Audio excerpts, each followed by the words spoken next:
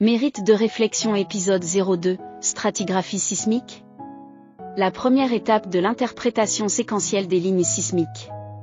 Sismostratigraphie est de subdiviser les données sismiques en intervalles limités par des discordances, autrement dit, par des surfaces d'érosion, lesquelles peuvent être, plus ou moins, renforcées par la tectonique, discordance angulaire.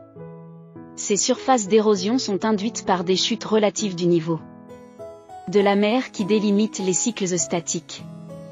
Elles peuvent se caractériser par des biseaux d'aggradation et des biseaux sommitaux ou biseaux supérieurs, pouvant ces derniers être par troncature, érosion, ou par non-dépôt. Une fois que les discordances sont identifiées, elles peuvent être suivies latéralement le long des réflexions vers les régions où elles ne peuvent pas être identifiées correctement.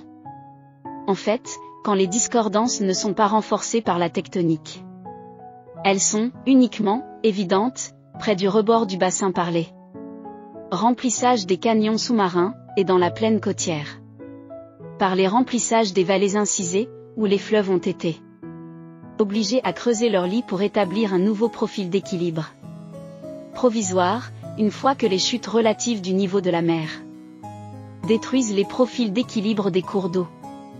Dans chaque intervalle, on doit identifier la surface de base des progradations, qui sépare les épisodes transgressifs, géométrie rétrogradante, des régressives, géométrie progradante.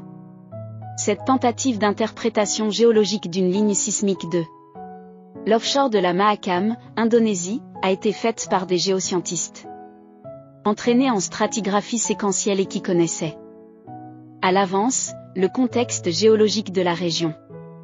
Plusieurs chutes relatives du niveau de la mer ont été reconnues, ainsi que les périodes de haut et bas niveau de la mer. Ces géoscientistes ont pris en ligne de compte tous les paramètres qui contrôlent la stratigraphie séquentielle.